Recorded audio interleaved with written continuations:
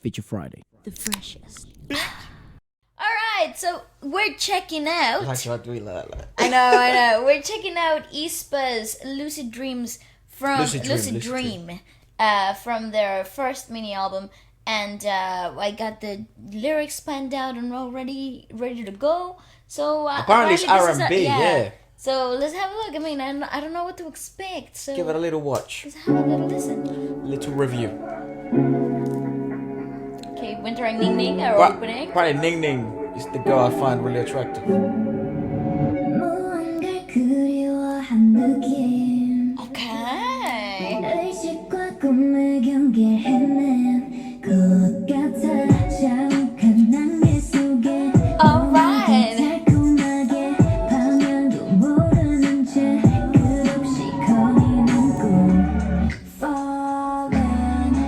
Okay, that's nice. Dun, dun, it just gives me Ariana Grande vibes.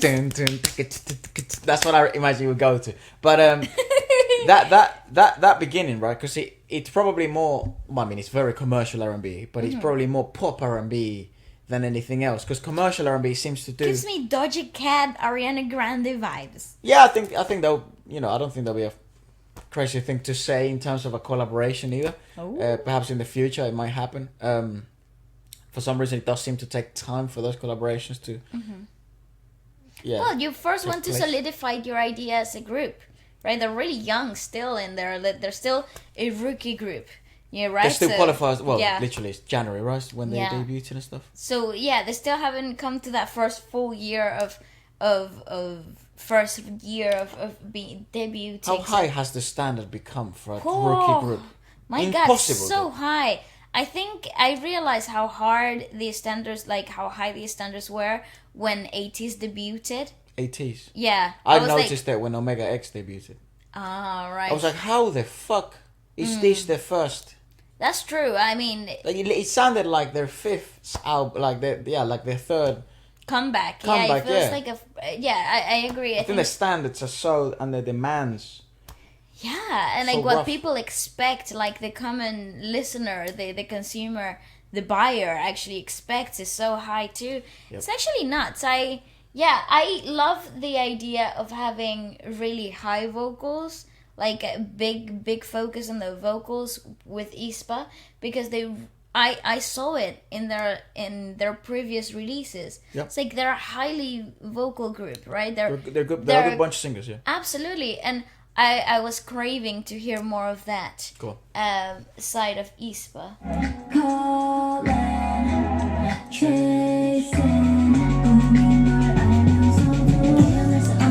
Ooh, that chorus is hot.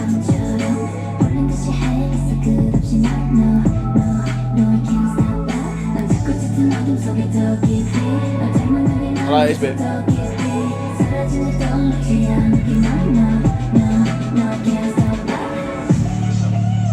Oh, big production!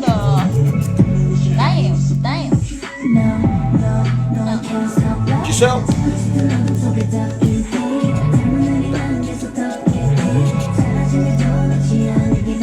I like the chorus a lot. I love that chorus a lot. I love the chorus. The chorus is great. But I want... Bro, I want an XO AESPA collab. I need that to happen. R&B world situation happening. Karina and Kai did something, right, for an advert? Yeah, okay. I want, it would be really cool to have like a Chanio feature, like as a rap, you know? Like SC. Seihan, Seihan Chanio subdivision as a feature. I think those type of collabs are probably more likely to happen than a full group. Oh yeah, no, I totally agree. But I think we need a Beckian collab somewhere. But then given the fact Chen collab. Given the fact that Beckian hasn't gone. Has he already been to the army? Beckian, because he's older. He's off. He's off in the army right now, I think. Right. Yeah. Right. So.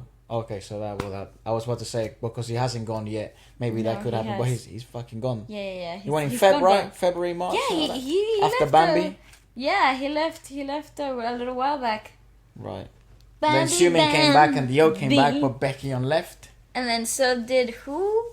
Suho?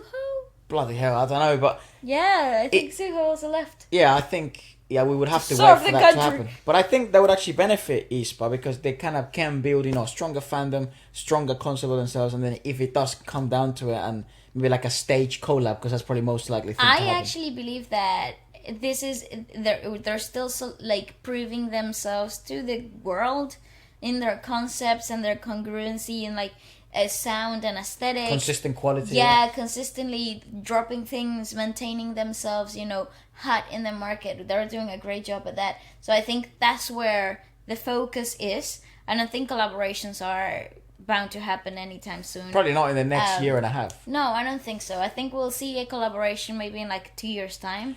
What could happen though, we could get like advert collaborations. We can get live stages collaborations in like awards and stuff like that. I don't know how well they're gonna do in awards. You know, let's see. Go on. Yeah, I know. This is cool though. I'm really feeling this. It gives me, you know, Total Spice vibes. I read your comments. I know what it is now. I think musically, it feels very 2000s pop. Musically, this is better.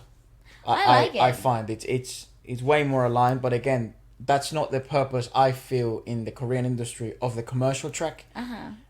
You wanna something that stands out. Yeah, you don't. And usually that's not the most congruent of sounds. Exactly. Yeah. So, but this is much better musically. Most definitely. I have to be honest. This still fits with the aesthetic. I mean, look at the cover art of the album, and then you hear the production of the song itself. It does feel completely congruent to the aesthetic. Yes, Karina. I'm winter. I love her vocals. She's so hot.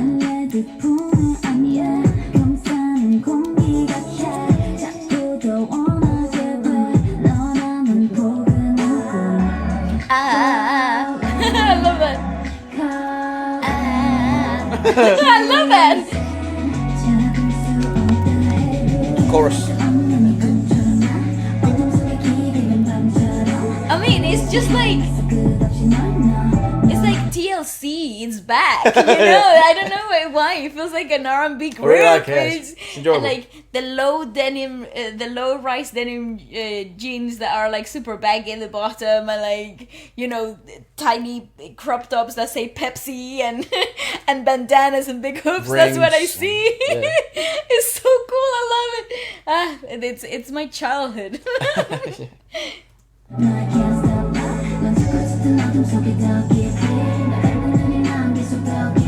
And I see the choreo being so cool.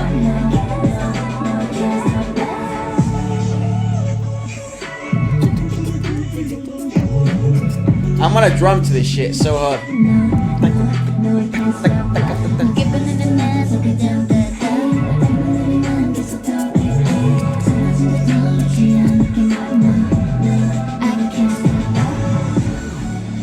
Oh, it's hot. Woo! Yes!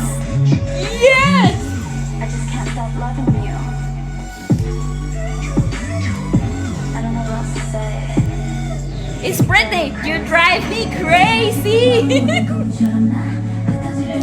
Tory Lanez Chixtape. It is. Well, but with aespa. I mean, I don't know how possible that collaboration may be. I think they're in completely two universes. But if you like aespa, they're like two different Milky Ways. aespa, listen to Chixtape 5 by Tory Lanez or Chixtape, all the Chixtape saga. Because it's all 2000s R&B, early 90s R&B. What is it? It's literally 90s, It's a call out to the aesthetic of the early 2000s R&B with that whole pop filtering in through it. And it has that kind of interlude format of things, of telling the story that way in between the songs. It's very good. I like it. I really like it. This is hot.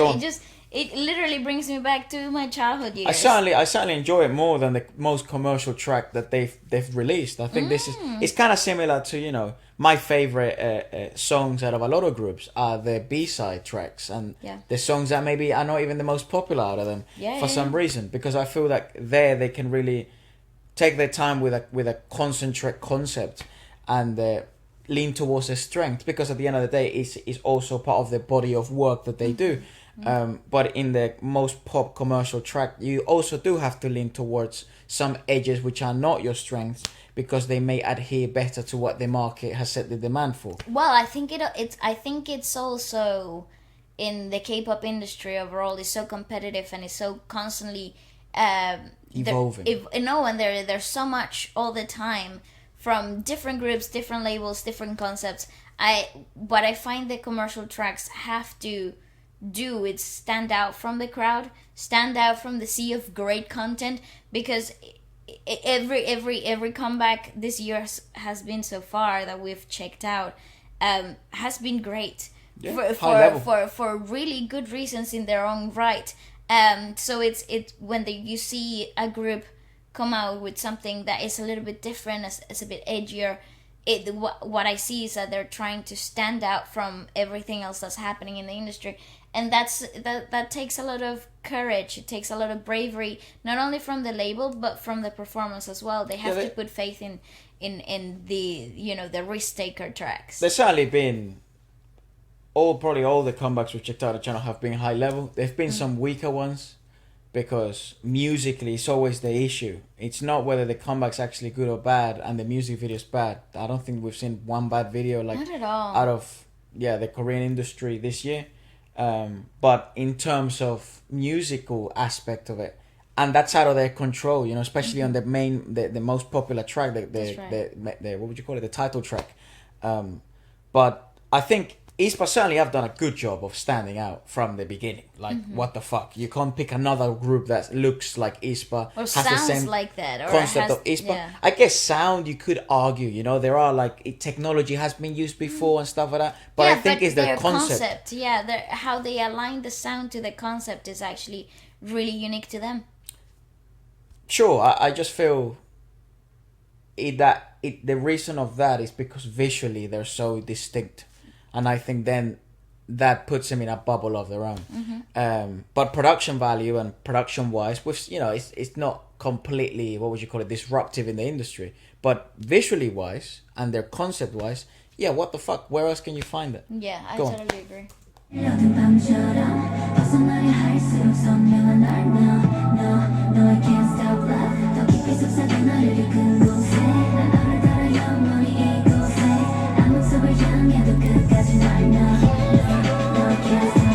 Nice.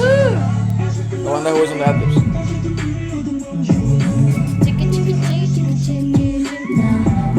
No, I can't stop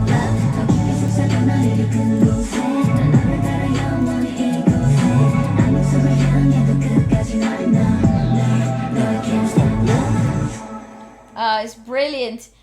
You know what I would have loved for the actual outro of the song could have been?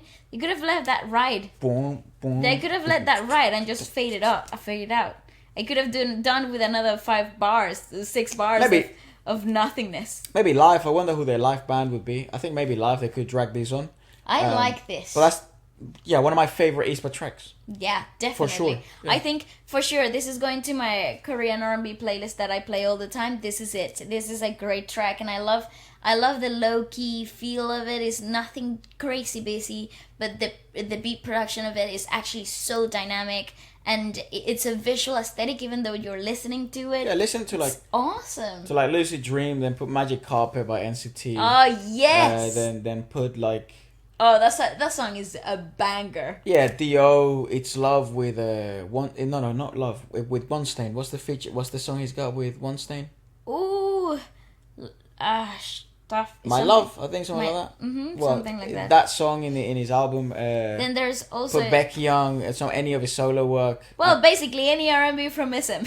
Yeah, and for the morning one playlist. Really caters. No, but then you can go to DPR, and then you can go to Dean. You can, you know what I mean? Sam Kim. Oh my god, Sam Kim's latest stuff. Yeah, and it's like insecure. And you have a whole cycle. Soundtrack, yeah. But anyways, let us know what you thought about it. Certainly a high level track, one of my favorite. Certainly one of my favorite tracks from AESPA ever. And goodbye. Yeah, goodbye.